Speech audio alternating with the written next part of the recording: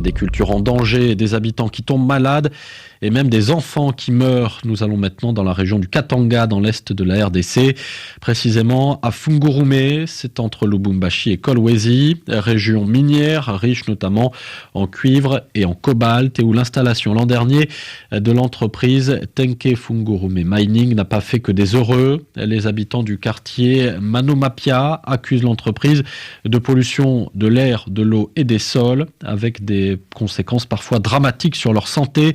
Reportage de Denise Mahéo.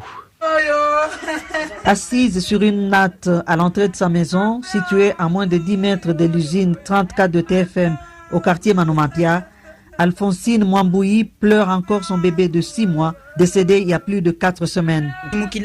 Les infirmiers ont dit que les poumons de mon bébé étaient attaqués par l'acide. Il toussait beaucoup. Et ensuite, il a vomi beaucoup de sang. Mon bébé m'a quitté dans ces conditions. J'ai une grosse blessure au cœur. Alors que la discussion se poursuit, d'autres habitants du quartier en colère approchent. Marie-Claire Kaboulot, âgée d'une 50aine d'années, n'hésite pas à montrer les éruptions cutanées sur son ventre. Ces gros boutons apparaissent sur tout mon corps. Regardez, en dessous des aisselles. Vous voyez, madame, j'ai de fortes douleurs, c'est dur. D'après ses habitants, l'usine refoule chaque soir du gaz dans l'air, ce qui affecte leur santé. Hélène Banza, qui a aussi saigné du nez il y a quelques semaines, relate les symptômes. D'abord, la tête devient lourde, tu as mal au cœur et c'est comme si on te poignardait. Et puis, la gorge sèche, les yeux et le nez se chatouillent. Après, de grosses gouttes de sang coulent du nez. Un peu plus loin, Héritier, jeune papa d'une 30aine d'années, prend un bain de soleil devant sa maison. Lui non plus ne cache pas sa colère. Les autorités nous demandent de nous calmer et pourtant ici nous mourons à petit feu. Moi je n'ai nulle part où aller. Là, tel que vous me voyez, je suis malade et affaibli, je ne travaille plus.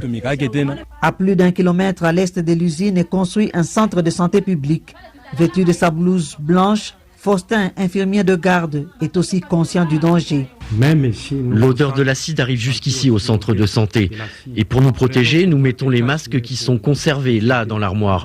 Nous les donnons aussi aux malades internés dans le centre. Plus de 100 malades provenant du quartier Manomapia ont été référés à l'hôpital général de la commune de Fungurume pour des soins. L'entreprise TFM déclare qu'elle prend très au sérieux les plaintes des habitants. Elle assure par ailleurs que ces mesures de protection de l'environnement sont conçues selon les normes les plus strictes. De leur côté, les autorités attendent les résultats des analyses des échantillons de sang, de l'air, du sol et de l'eau prélevés par un toxicologue avant de se prononcer. Denise Mayo, de retour de Fungurume, RFI.